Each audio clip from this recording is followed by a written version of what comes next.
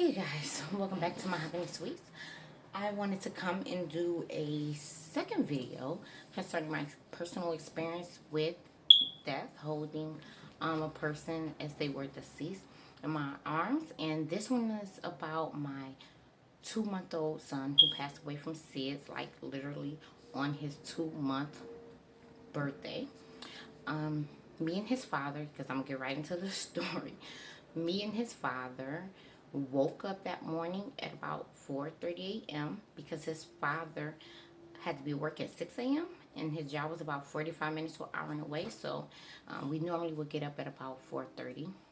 So we get up and his father goes over to his crib because tell him good morning, give him a kiss and everything before he get ready for work. And he starts screaming, and he's like, he's not breathing, so I get up, I go over there, and looking at him, you could tell he was like blue and purple.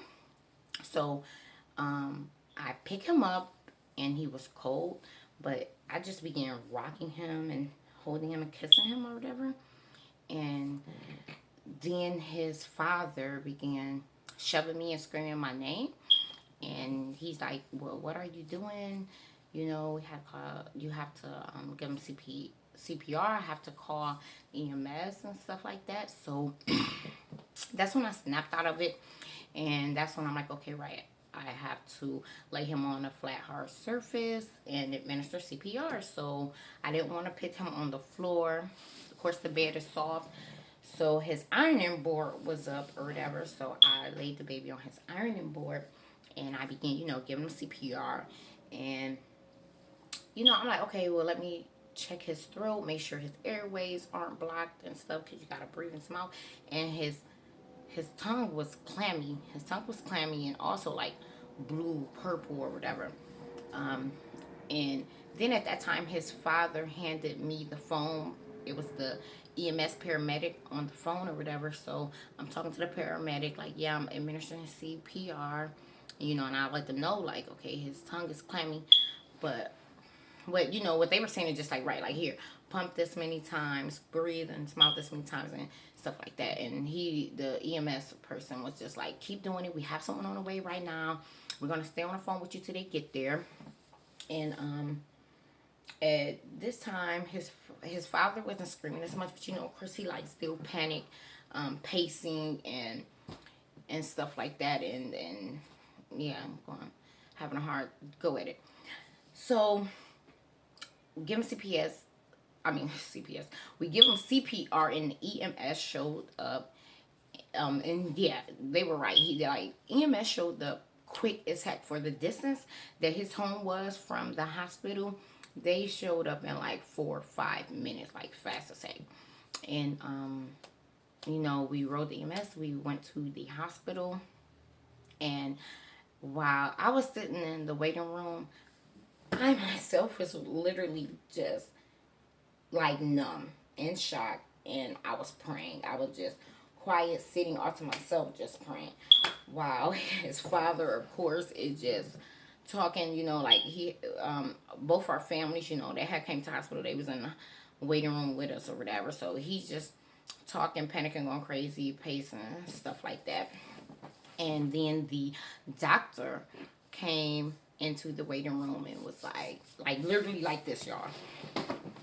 The doctor walks into the room, looks around, sees all of us, and of course, I guess he wanted to pinpoint the parents. So he looks at me and my son's father, and he was like, he didn't make it. He's deceased.